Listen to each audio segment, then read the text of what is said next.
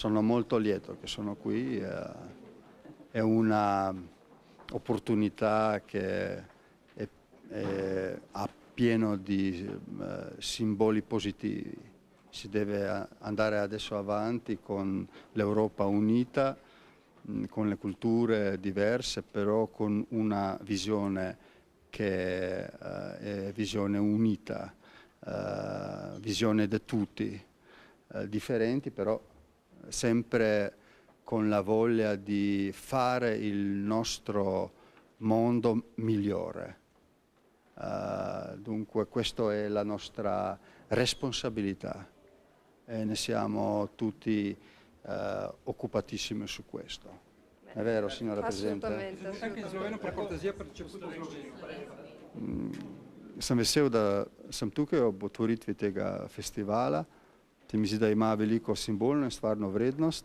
V nekaj dneh so se z gospod predsednico srečala dvakrat. Na prvem srečanju sva dogovorila tudi zelo konkretne stvari glede nadaljnega sodelovanja, tako glede možnosti pri določenih projektih, kot glede rešitev in aplikacij tega. In danes sva, naj dodam, dejala, da je bolje morda se lotiti manj problemov, ampak tiste uspešno končati, kot se lotiti vseh problemov in potem ne rešiti nobenega.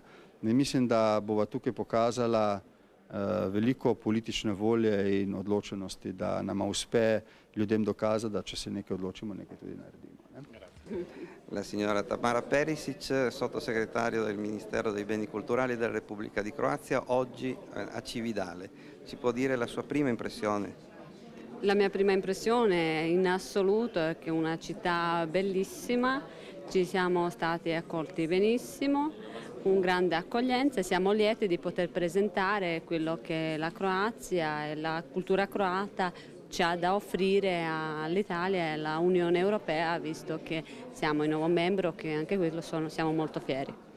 I rapporti fra la Repubblica di Croazia e il Friuli Venezia Giulia, anche dal punto di vista culturale, sono sempre stati molto stretti e molto buoni.